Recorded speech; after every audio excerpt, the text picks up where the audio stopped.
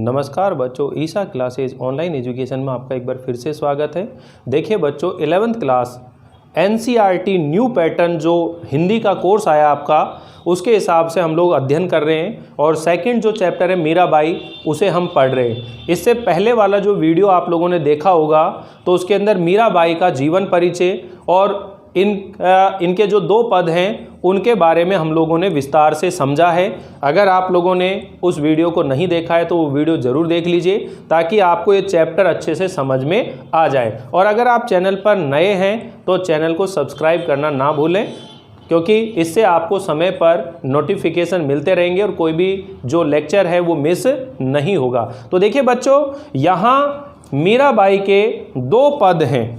पहला पद जो है उसमें मीराबाई ने भगवान श्री कृष्ण जी के प्रति अपनी जो अनन्यता है, अपनी जो प्रेमा भक्ति है, उसे यहाँ उन्होंने व्यक्त किया है। तो मैं आप लोगों को यहाँ इसमें ये पद जो है इसका हिंदी अनुवाद करूँगा। और देखिए, मीरा के जो पद हैं उनको गाया जाता है।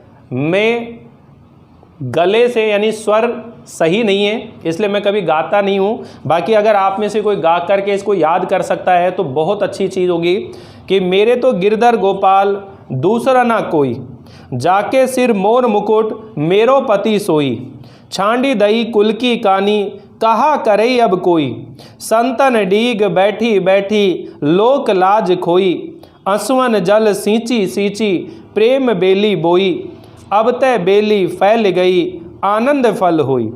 देखिए, भगवान श्री कृष्ण जी के प्रति मीराबाई का जो अटूट विश्वास था, उसी की वजह से मीराबाई जो है उनकी भक्ति में मग्न रहती थी।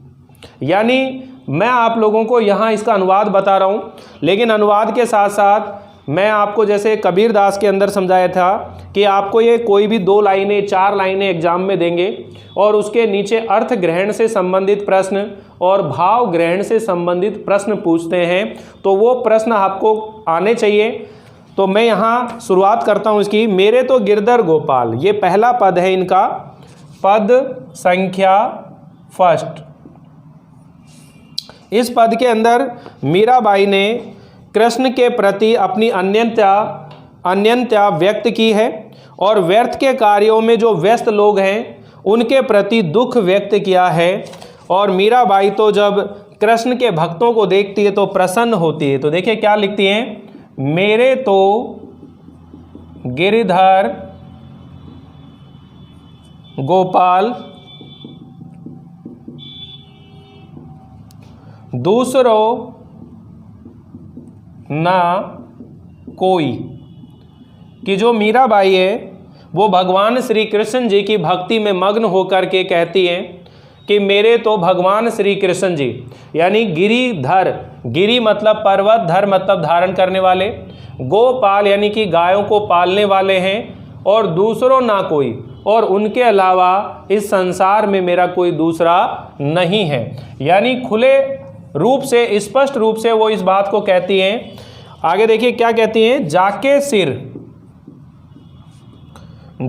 सिर मोर मुकुट,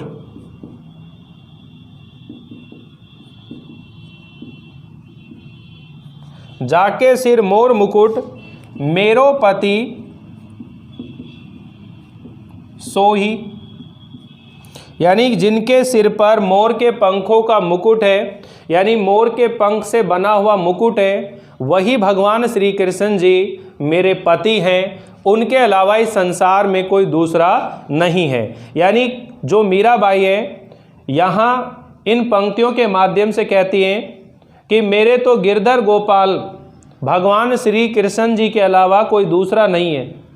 श्री कृष्ण जी ही मेरे लिए सब कुछ हैं, जिनके सिर पर मोर का मुकुट सुशोभित है, जिन्होंने पर्वत को धारण किया, गायों को पालने वाले वे ही भगवान श्री कृष्ण जी मेरे पति हैं। उनके लिए, उन्हीं के लिए मैं अपने कुल की मर्यादा को त्याग दिया है। आगे देखिए क्या कहती है, छांडी दई, छांडी दई। अब छांडी दई का मतलब होता है छोड़ दिया। छांडी दई कुल की कानी, छांडी दई कुल की कानी, कहा करही कोई, कि मैंने अपने कुल की मर्यादा को छांडी दिया है, छोड़ दिया है। कहा करही अब कोई, अब मेरा कोई क्या कर सकता है। अर्थात भगवान श्री कृष्ण जी के लिए मैंने अपने कुल की मर्यादा अर्थात राजमहलों से बाहर न निकलने की जो रीति है उसको मैंने छोड़ दिया है। अब मेरा कौन क्या करेगा, मेरा कोई क्या कर सकता है। मैं तो संतों के साथ बैठ बैठ कर, संतन डीग बैठी बैठी, क्या लिखती है आगे देखिए, संतन यानी संतों के डीग यानी साथ में, बैठी बैठी, संतन डीग बैठी बैठी, अब लोक लाज खोई, लोक लाज खोई। तो ये ध्यान रखिएगा बच्चों कि यहाँ भाव सौंदर्य में एक प्रश्न आता है अलंकारों से संबंधित, तो वहाँ पर आपसे अलंकार पूछे जाते हैं। तो जैसे इस पद के अंदर कौन सा अलंकार है, संतन डीग बैठी बैठी, तो बैठी बैठी ये शब्द आ रहा है कि जब किसी काव्य पंक्ति में एक जैसे दो शब्द आ जाएं और दोनों का अर्थ समान हो और अन्वय भी समान हो तो वहाँ पर पुनरुक्ति प्रकाश अलंकार होता है। तो ये जो बैठी बैठी शब्द है यहाँ पुनरुक्ति प्रकाश अलंकार है कि संतों के साथ बैठ बैठ कर मैंने इस संसार की जो लज्जा है, लोक लाज है, उसे भी मैंने खो दिया है, उसे भी मैंने समाप्त कर दिया है। अब मुझे इस संसार की, अपने परिवार की, किसी की मुझे परवाह नहीं है और मैं तो भगवान श्री कृष्ण जी की भक्ति में पूरी तरह क्या हो गई हो, मग्न हो गई हो। अंशुवन जल,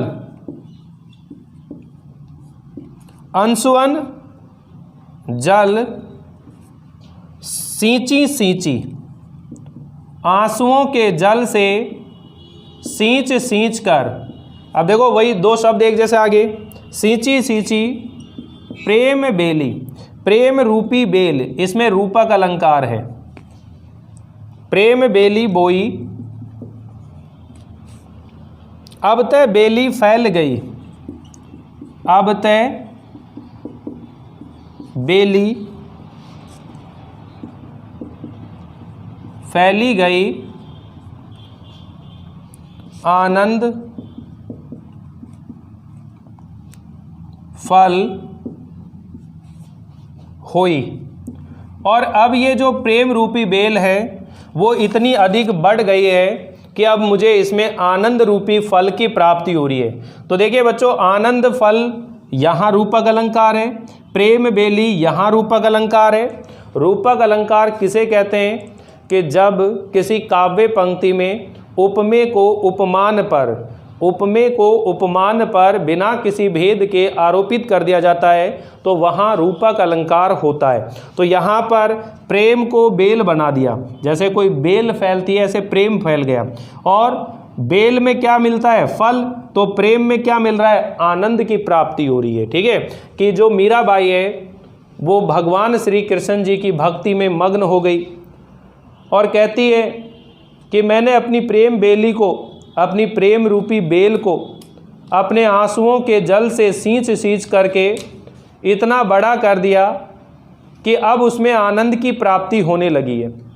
अर्थात मीराबाई भगवान श्री कृष्ण जी की भक्ति में रात दिन कृष्ण के प्रेम में मग्न रहती है और उनके वियोग में, उनके बिछड़ने की वजह से वो निरंतर रोती रहती है। उनके प्रति मेरा प्रेम जो है लगातार बढ़ता चला गया और भी ज़्यादा, और उस प्रेम में अब मुझे आनंद की प्राप्ति हो रही है। अब तो वह प्रेम रूपी बेल बहुत ज़्यादा फैल गई है, उसमें पत्ते, पुष्प इत्यादि आ गए हैं और उसमें आनंद के फल लगने लगे हैं। तो इस तरह से हम लोग इस चीज़ को सीखेंगे। दूध की मथनियाँ, नेक्स्ट क्या बोलती है। अब देखिए, दूध की मथनियाँ यानी दूध को मथने वाली जो मथनियाँ होती है, दूध की मथनियाँ बड़े प्रेम से बिलोई। दूध की मथनियाँ बड़े प्रेम से विलोई, दधी मथी, दही को मथ कर, दधी मथी मथ कर, धृत यानी घी, काढ़ी लियो, और दही को मथ करके और उसमें से घी को निकाल लिया, डारी दही छोई। छोई का मतलब होता है छाछ। देखिए बच्चों, जैसे दूध को मथते हैं, दूध को मथने वाली जो मथनियाँ हैं, रई, बिलोनी बोलते हैं जिसको, पहले इस तरह से उसको बिलोते थे, आजकल तो मशीन आ गई है, पहले बिजली नहीं होती थी तो हाथ से ही यूँ, आपने कभी श्री कृष्ण भगवान की श्री कृष्ण लीला देखी हो तो उसमें माँ यशोदा जैसे वो बिलोती रहती, उसको बिलोनी बोलते हैं। तो दूध को बिलोने वाली जो बिलोनी है उसको बड़े प्रेम से बिलोया और दही को मथ करके और उसमें से घी को निकाल लिया और छाछ को छोड़ दी। इसका मतलब ये है बच्चों कि मीराबाई ये कहती है कि मैंने इस संसार के अंदर इस संसार की जो मोह माया रूपी विषय वासनाओं या ये जो भौतिक सुख सुविधाएं रूपी जो तुच्छ वस्तुएं हैं, इनका त्याग उसी तरह कर दिया जैसे दही को मथने के बाद घी को ऊपर निकाल लिया जाता है और उसमें छाछ को छोड़ दिया जाता है।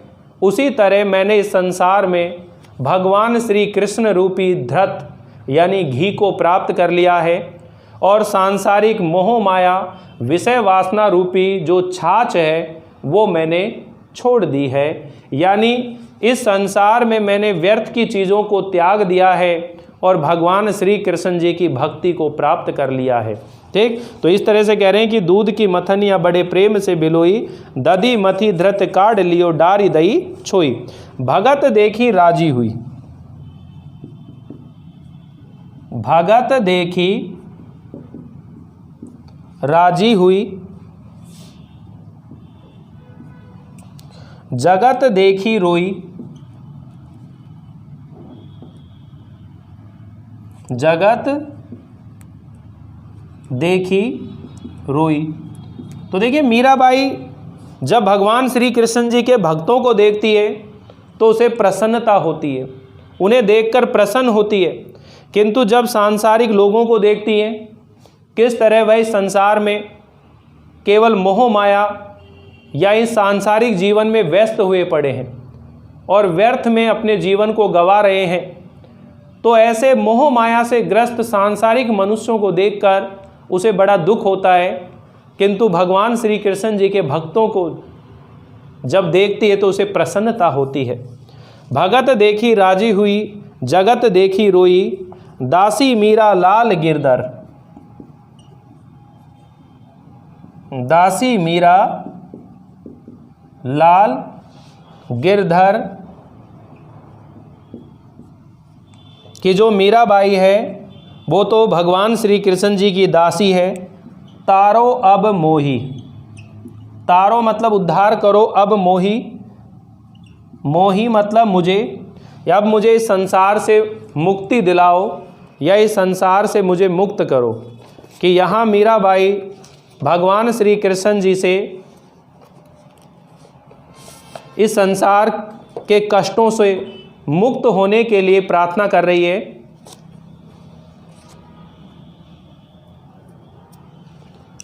वो कहती है कि हे गिरधर लाल, मीरा तो आपकी दासी है, इसलिए इस संसार के दुख दर्दों से उसे तार दीजिए, अर्थात मेरा उद्धार कर दीजिए। इस तरह वह मीराबाई भजन गाते हुए और भगवान श्री कृष्ण जी से प्रार्थना करती है। यहाँ एक बार मैं पूरा अनुवाद आपको समझा रहा हूँ अच्छे से, फिर हम लोग इसके जो अर्थ ग्रहण से संबंधित प्रश्न हैं, अर्थ ग्रहण संबंधी प्रश्न, ये मैं आप लोगों को नोट कराऊंगा और इस तरह से आप इस पद को अच्छे से सीख जाएंगे। तो देखिए यहाँ शुरू से वापस समझिएगा कि प्रस्तुत पद में भक्त कवयित्री मीराबाई भगवान श्री कृष्ण जी के प्रति अपनी अनन्यता प्रकट करते हुए, व्यक्त करते हुए कहती है कि संसार में मेरे तो गिरधर गोपाल के सिवा और कोई नहीं है। वे भगवान श्री कृष्ण जिन्होंने पर्वत को धारण किया, जो गायों को पालते हैं, जिनके सिर पर मोर के पंखों का मुकुट सुशोभित है, वही भगवान श्री कृष्ण जी मेरे पति हैं और उनके अलावा इस संसार में मेरा कोई दूसरा नहीं है। यानी वही मेरे लिए सब कुछ हैं। छांडी दई कुल की कहानी कहा करे कोई, और उनकी भक्ति में मग्न होकर के मैंने अपने कुल की मर्यादा को त्याग दिया है। कुल की मर्यादा क्या है कि राजमहलों की जो बहुएं होती हैं वो कभी भी बेपर्दा, बिना पर्दे के और बाहर नहीं निकलती हैं, किंतु मीराबाई ने इस परंपरा को तोड़ दिया और वह राजमहलों से बाहर आ गई और मंदिरों में भजन कीर्तन करती थी। तो उसी चीज़ को वो संबोधित कर रही है कि अब मैंने अपने कुल की मर्यादा जो है, अपने कुल की परंपराएं जो हैं, उसको मैंने त्याग दिया है। अब कहा करे ही कोई, अब मेरा कोई क्या कर सकता है? कहा करे ही कोई, कौन मेरा क्या कर सकता है? संतन डीग बैठी बैठी, और साधु संतों के साथ बैठ बैठ करके मैंने लोक लज्जा को भी त्याग दिया। इस सांसारिक लोक लज्जा का भी त्याग कर दिया। मैंने अपने प्रेम से, अपने हृदय के अंदर एक प्रेम की बेल लगाई और आंसुओं के जल से सींच सींच करके उसे बेल को मैंने बड़ा किया। अर्थात इस पद के जो लाइनें हैं वो आपसे पूछी जाएंगी यहाँ भाव सौंदर्य में भी, और जो इसके पाठ्य पुस्तक के प्रश्न आएंगे वहाँ भी पूछी जाएगी। तो आपने बताना है कि जो मीराबाई है यहाँ कहती है कि मैंने अपने हृदय में प्रेम रूपी बेल, एक प्रेम की बेल अपने आंसुओं के जल से सींच सींच कर मैंने अपने हृदय में एक प्रेम की बेल बोई, बेल लगाई। अब ते बेली फैल गई, और अब वो जो बेल है वो बहुत अधिक बढ़ गई है और उसमें आनंद के फल लगने लगे हैं, आनंद की प्राप्ति होने लगी है। तो आप ये कह सकते हैं कि जैसे कोई बेल है, जब उसकी सिंचाई करते हैं तो वो बेल धीरे धीरे विकसित हो जाती है, बड़ी हो जाती है, उसमें पत्ते लग जाते हैं, उसमें पुष्प आ जाते हैं और फिर फल लगता है उस बेल पर। उसी तरह जो मीराबाई है, उन्होंने अपने हृदय के अंदर भगवान श्री कृष्ण जी को पाने के लिए पूरे मन से, दृढ़ निश्चय से उनकी भक्ति की, और उनकी भक्ति में वो इतनी डूब गई कि उनके हृदय में भगवान श्री कृष्ण के प्रति प्रेम दिन प्रतिदिन बढ़ता चला गया। किंतु उनके विरह के कारण से वह दिन रात आंसू बहाती थी। उन्हीं आंसुओं से उनका प्रेम कम नहीं हुआ, बल्कि धीरे धीरे और ज़्यादा बड़ा हो गया। अब वो प्रेम उनके हृदय में इतना बड़ा हो गया, इतना अधिक बढ़ गया कि अब उन्हें आनंद की प्राप्ति होने लगी है। तो इस तरह से यहाँ आप बता देंगे, अब तय बेली फैल गई, आनंद फल हुई, दूध की मथनियाँ बड़े प्रेम से बिलोई, दधी मृथी द्रत काढ़ लियो डारी दही चोई। तो ये जो पद है बच्चों, इसके अंदर भी आप ये ध्यान रखेंगे कि इस पद के अंदर मीराबाई ने ये कहा है कि उन्होंने इस संसार के अंदर जो व्यर्थ की चीज़ें हैं या सांसारिक मोह माया या ये भौतिक सुख सुविधाएं हैं, उनका त्याग कर दिया है और उन्होंने तो भगवान श्री कृष्ण जी की भक्ति को प्राप्त कर लिया है। तो इसको एक उदाहरण से समझाती है कि मैंने दूध को मथने वाली जो मथनियाँ होती है, रई होती है, उसको मैंने बड़े प्रेम से बिलोया है और दही को मथ करके घी को निकाल लिया है और छाछ को उसमें छोड़ दिया है। उसी तरह इस संसार में मैंने भगवान श्री कृष्ण रूपी मक्खन को प्राप्त कर लिया है और सांसारिक मोह माया रूपी तुच्छ साधनों को, इस झूठे संसार का मैंने त्याग कर दिया है। यहाँ इस संसार की जो व्यर्थ की चीज़ें हैं उनका मैंने त्याग कर दिया है। ठीक है, और आगे क्या कहती है देखिए, यहाँ पर भी क्वेश्चन बनेगा, ये सारे क्वेश्चन बनेंगे ये वाले, इसलिए मैं अलग अलग आपको समझा रहा हूँ। तो देखिए यह क्या कह रही है, भगत देखी राजी हुई जगत देखी रोई, कि जब मीराबाई भगवान श्री कृष्ण जी के भक्तों को देखती है या ऐसे लोगों को देखती है जो भगवान की भक्ति में मग्न रहते हैं, भगवान की आराधना करते हैं, उपासना करते हैं, उन्हें देख करके मीराबाई को प्रसन्नता होती है। किंतु जब वह संसार के ऐसे मनुष्यों को देखती है जो इस संसार में व्यर्थ के कार्यों में उलझे हुए हैं, भगवान की भक्ति से दूर रहते हैं, तो उन्हें देखकर बड़ी पीड़ा होती है, इस संसार को देख करके रोती हैं, दुख होता है। दासी मीरा लाल गिरधर, कि हे गिरधर मैं तो तुम्हारी दासी हूँ, मीरा तो तुम्हारी दासी है, तारो अब मोही, अब तुम ही मुझे इस संसार के कष्टों से दुखों से पार करो, मुझे इस संसार से मुक्ति दिलाओ, तुम ही मेरा उद्धार करो हे प्रभु, हे कृष्ण भगवान जी। इस तरह से यहाँ मीराबाई इसका अनुवाद करती है। तो देखिए अर्थ ग्रहण संबंधी प्रश्न कहते हैं, दूसरा ना कोई कहकर मीरा क्या अभिव्यक्त करना चाहती है। तो यहाँ प्रश्न मैं नोट कर रहा हूँ, दूसरो न कोई कहकर मीरा क्या अभिव्यक्त करना चाहती है।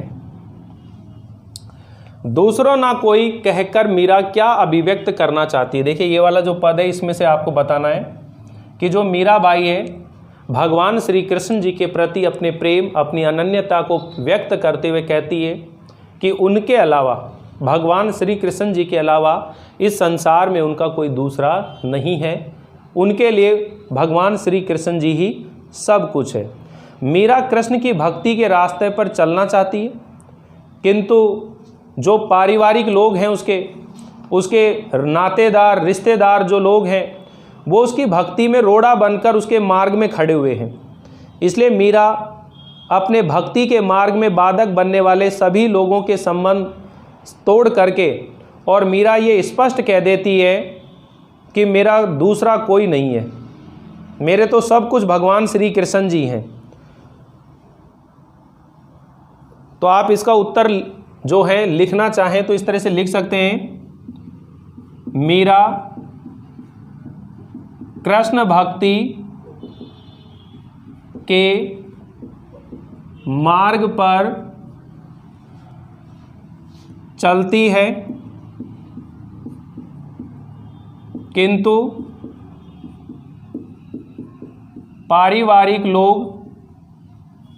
उसके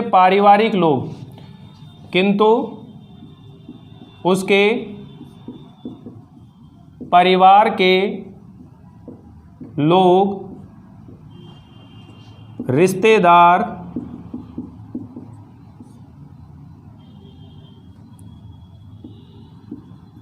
उसकी भक्ति के मार्ग में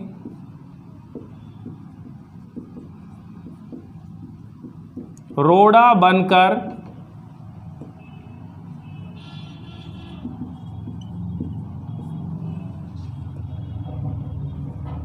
बाधा उत्पन्न करते हैं। इसलिए मीरा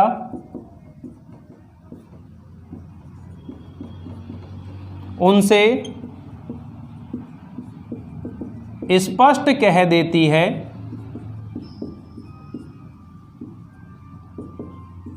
कि मेरा दूसरा कोई नहीं है। भगवान श्री कृष्ण जी ही सब कुछ है। इस तरीके से आप इनका उत्तर लिखेंगे कि दूसरा ना कोई कहकर मीरा क्या अभिव्यक्त करना चाहती है। मीरा कृष्ण भक्ति के मार्ग पर चलती है, किंतु उसके परिवार के लोग, रिश्तेदार उसकी भक्ति के मार्ग में रोड़ा बनकर बाधा उत्पन्न करते हैं। इसलिए मीरा उन सभी लोगों से स्पष्ट कह देती है कि मेरा तो भगवान श्री कृष्ण जी हैं और उनके अलावा कोई दूसरा इस संसार में मेरा नहीं है। दूसरा क्वेश्चन है, मीरा ने अपने प्रेम की बेली को कैसे बोया है? दूसरा जो क्वेश्चन है इसके अंदर, मीरा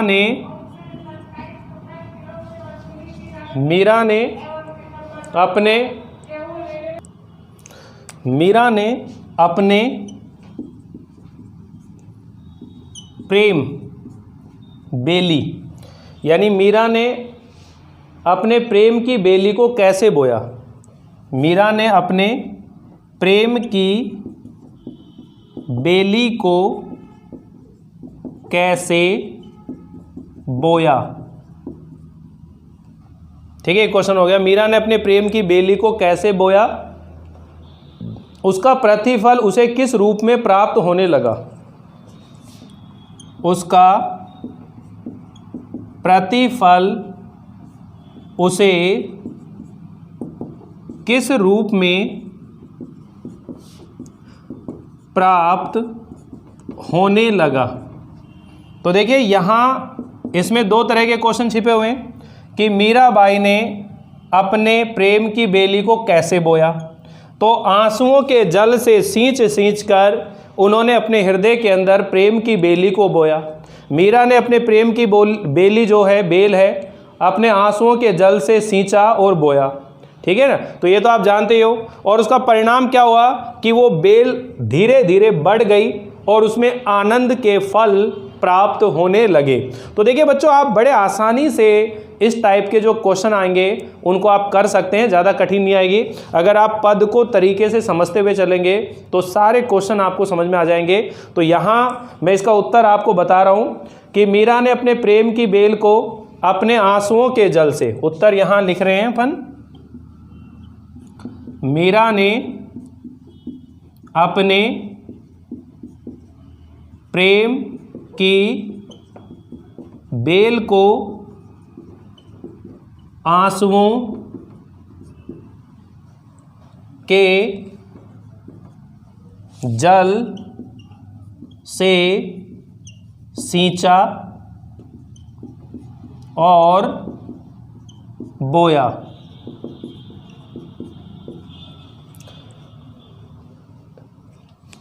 उसका यानी इसका प्रतिफल यह हुआ, उसका प्रतिफल उसे आनंद रूपी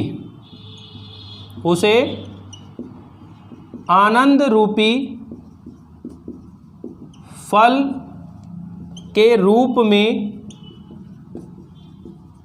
प्राप्त हुआ। यानी उसके अंदर अब क्या मिलने लगे? आनंद के प्राप्ति होने लगी, आनंद मिलने लगा। इसलिए मीरा जो है भगवान कृष्ण की भक्ति में मग्न हो जाती है। तो ये दोनों आप लोग एक बार स्क्रीनशॉट ले लीजिए। फिर इसके दो क्वेश्चन और हैं, वो मैं आपको और समझाता हूँ अर्थ ग्रहण के अंदर ही। यहाँ हम लोग बात कर रहे हैं इसी के अंदर अर्थ ग्रहण वाली एक एक लाइन ही समझते चलिए। यहाँ इस पंक्ति का उत्तर आया ये। नेक्स्ट क्वेश्चन और मैं आपको नोट करा देता हूँ।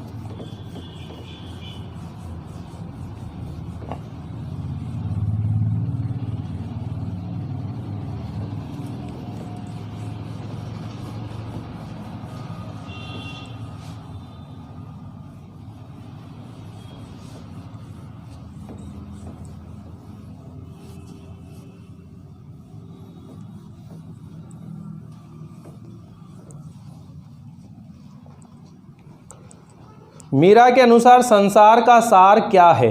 तीसरा क्वेश्चन है, मीरा के अनुसार संसार का सार क्या है? तो देखिए इसका उत्तर आप जानते ही हैं। यानी इस संसार में व्यर्थ की जो विषय वासनाएं हैं उन्हें छोड़कर, व्यर्थ की तुच्छ वस्तुओं का त्याग करके और भगवान कृष्ण की भक्ति के मार्ग को अपनाना चाहिए। मीरा ने के अनुसार संसार का सार भगवान से प्रेम है और उसी को मीरा ने अपना लिया। मीरा के अनुसार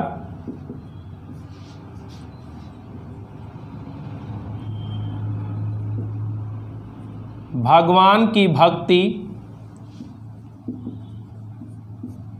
एवं भगवद प्रेम ही संसार का सार है। ठीक है, मीरा के अनुसार भगवान की भक्ति, भगवान से प्रेम ही संसार का क्या है, सार है। मीरा किन्हें देखकर रोती है और क्यों? नेक्स्ट क्वेश्चन है, मीरा किन्हें देखकर रोती है और क्यों? तो ये आप जानते हो कि जब मीरा इस संसार में भगवान श्री कृष्ण जी के भक्तों को देखती है तो उन भक्तों को देखकर वो प्रसन्न होती है, और सांसारिक लोगों को जब इस संसार के तुच्छ साधनों को प्राप्त करने में व्यस्त देखती है तो उन्हें देखकर वह रोती है।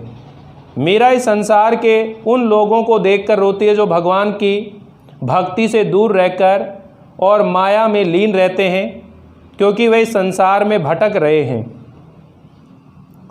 ठीक, तो इसका उत्तर आप लिख सकते हो, ज़्यादा दिक्कत नहीं आनी चाहिए। मीरा भगवान के भक्तों को देखकर, ये पूछ रहा है किन्हें देखकर रोती है, तो यहाँ पर आपको प्रसन्नता वाली बात नहीं लिखनी, केवल क्यों रोती है ये सीधा सीधा कारण बता दीजिए आप लोग इसके अंदर। मीरा उन लोगों को देखकर रोती है जो भगवान की भक्ति से दूर रहकर सांसारिक मोह माया से ग्रस्त रहते हैं और भक्ति के मार्ग से भटक जाते हैं।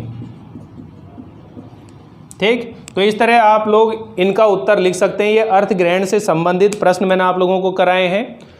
अर्थ आपने क्या समझा उसी के आधार पर आपको ये उत्तर देने होते हैं। एक क्वेश्चन जो आता है वो आता है भाव ग्रहण से संबंधित आता है, उसके अंदर आपको भाषा सौंदर्य के बारे में, भाव सौंदर्य के बारे में, और उस पद में कौन कौन से अलंकार हैं, कौन कौन से गुण हैं, कौन कौन से रस हैं, इन सभी चीज़ों की हम लोग यहाँ क्या करते हैं, चर्चा करते हुए चलते हैं। तो भाव सौंदर्य वाले तो एक बार आप स्क्रीनशॉट ले लीजिए, फिर मैं आप लोगों को जो है आगे इन चीज़ों के बारे में बताता हूँ कि हम लोग भाव सौंदर्य के जो प्रश्न हैं वो क्या हैं, कैसे हैं।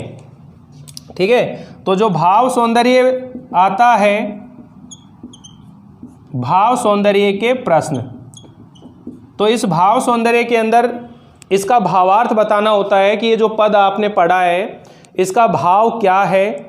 तो इसमें मीरा की अनन्य प्रेमा भक्ति की व्यंजना हुई है, उसके भक्ति के मार्ग में, भगवान श्री कृष्ण की भक्ति के मार्ग में महाराणा परिवार की जो मर्यादा थी, विधवा अबला होना और लोक व्यवहार का विरोध होना, ये सारे तत्व हैं। किंतु मीरा उन सभी की चिंता ना करके और प्रेम की भक्ति में डूबी रहती है और उसमें आनंद की प्राप्ति करती रहती है। फिर अलंकारों से संबंधित प्रश्न आता है बच्चों, तो अलंकार आप बताए देंगे कि यहाँ वर्णों की आवर्ती अनुप्रास अलंकार है, और ये जो बैठी बैठी सींची सींची शब्द है इसमें पुनरुक्ति प्रकाश अलंकार है। प्रेम बेली, आनंद फल, इसके अंदर रूपक अलंकार है। इस तरह से आप इनके अलंकारों का यहाँ पर वर्णन कर सकते हैं। और भाषा का आप बता ही सकते हैं कि यहाँ राजस्थानी मिश्रित ब्रज भाषा का प्रयोग किया है। भाषा में मधुरता है, सरसता है, ठीक है, पद में गेयता है, माधुर्य गुण की प्रधानता है। इस तरह से आप इन चीज़ों को यहाँ वर्णित करते हुए चलते हैं। तो आज इस वीडियो में केवल इतना ही पढ़ेंगे और पूरी उम्मीद है मुझे कि आप लोगों को आज की ये जो क्लास है अच्छे से समझ में आ गई होगी। नेक्स्ट वीडियो के अंदर हम लोग इसका जो अगला पद है, सेकंड पद, उसे पढ़ेंगे और पाठ्य पुस्तक के जो क्वेश्चन आंसर हैं वो मैं आप लोगों को यहाँ बोर्ड पर लिख कर बताऊँगा ताकि आप उसे आसानी से कर सकें, अपने रजिस्टर में नोट कर सकें। अच्छे ढंग से हम लोग पढ़ते हुए चलेंगे इसी तरह से। तो मिलते हैं अगली बार इस चैप्टर को आगे बढ़ाते हुए। तब तक के लिए थैंक यू, बाय बाय।